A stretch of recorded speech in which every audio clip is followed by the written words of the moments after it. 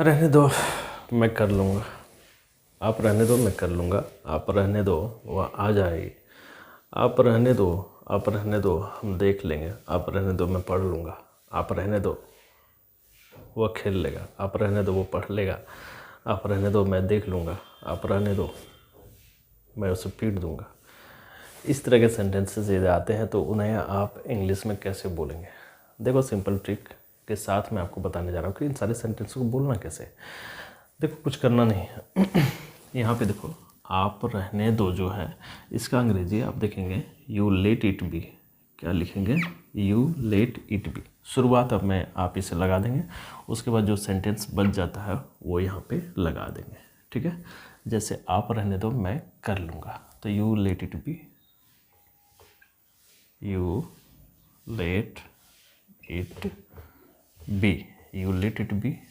अब जो बच गया उसको उस सेंटेंस को लिख दीजिए, मैं कर लूँगा, मैं का आई, फ्यूचर टेंस में इसलिए विल डू। आप रहने दो मैं कर लूँगा, you let it be I will do. आप रहने दो वो आ जाएगी, यू लेट इट बी। अब देखो क्या होगा, वह आ जाएगी, तो सी विल कम। जो इधर सेंटेंस बच जाता है आप उसको लिख देंगे। ठीक है, नेक्स्ट वन है आप रहने दो हम देख लेंगे, तो यू सब में लगा देंगे, लेट इट बी, जिसका अर्थ हो जाता है आप रहने दो। अब बच जाएगा क्या, हम देख लेंगे, तो हम का वी, फ्यूचर टेंस इसलिए विल, देख लेना का सी।